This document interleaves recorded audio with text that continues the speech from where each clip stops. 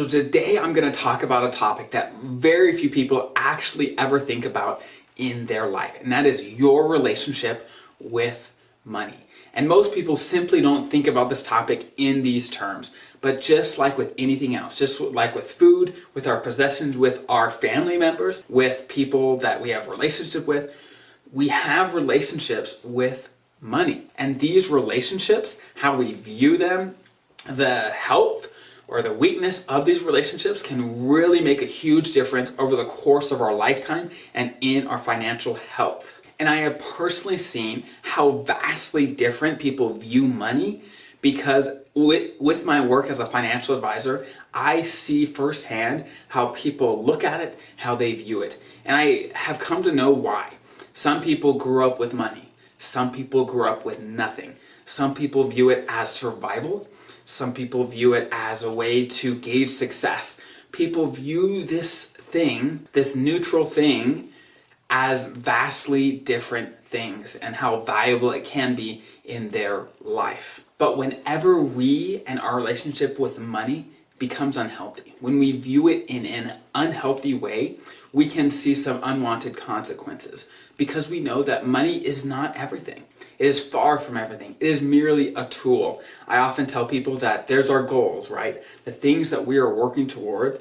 But money is not one of those, right? If you had $1 million, but I said, hey, you can't touch any of it, it just sits in your bank, it'd be worth nothing. It's only valuable in the context of our life and what we could use it for, whether it is just security of knowing it's there, but knowing that you can use it if needed, that brings value. But it doesn't bring value just in itself. The paper is not valuable. It does not bring value to you in your life. It brings value when you put it in the context of your life and what you actually care about. And we have all heard the saying that money is the root of all evil. But I truly disagree with this statement because whether someone has money or doesn't have money doesn't necessarily mean anything about their ethics, about whether they're good or evil. I often say that money is a magnifying glass, that if when you're poor, you were happy. If you got more money, it would only make you happier. It will only magnify what you already are. If you are frustrated, if you are sad, money will only amplify those results. So if you are trying to get ahead, trying to earn more money, you have to realize that money will not affect you in the way that you might think. It will give you opportunities. It will give you things that you might not otherwise have, but you have to remember that there's limitations to what money can actually do for you. Now, one quote that I extremely agree with is that the love of money is the root of all evil. And I'd like to exchange the word love for obsession.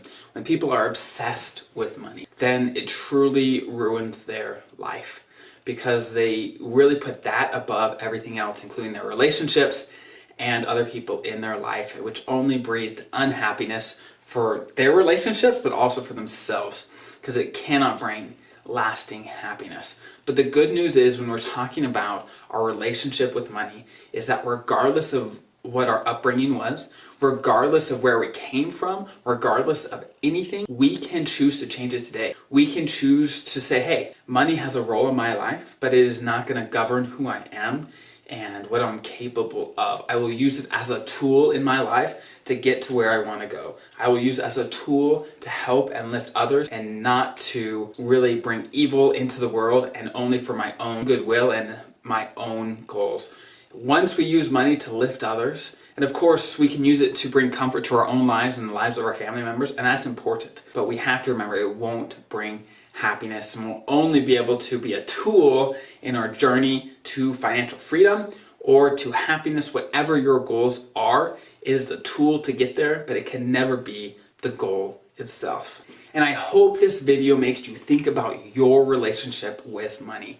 What in your childhood, in your adult life has shaped how you view it, and how does it affect how you use money now and what you do to try to earn it? How do these things affect you and your life? It's valuable to think about this and to think about what you want it to be. If there's something we don't like about our relationship with money, we have to think, okay, what do I want it to be and how do I get it to that place. So again, I hope this is helpful. Hopefully this is provocative and making you think about what is truly important to you and in your life. And if you have any questions, comments, please put in the comments below, and I will see you next week.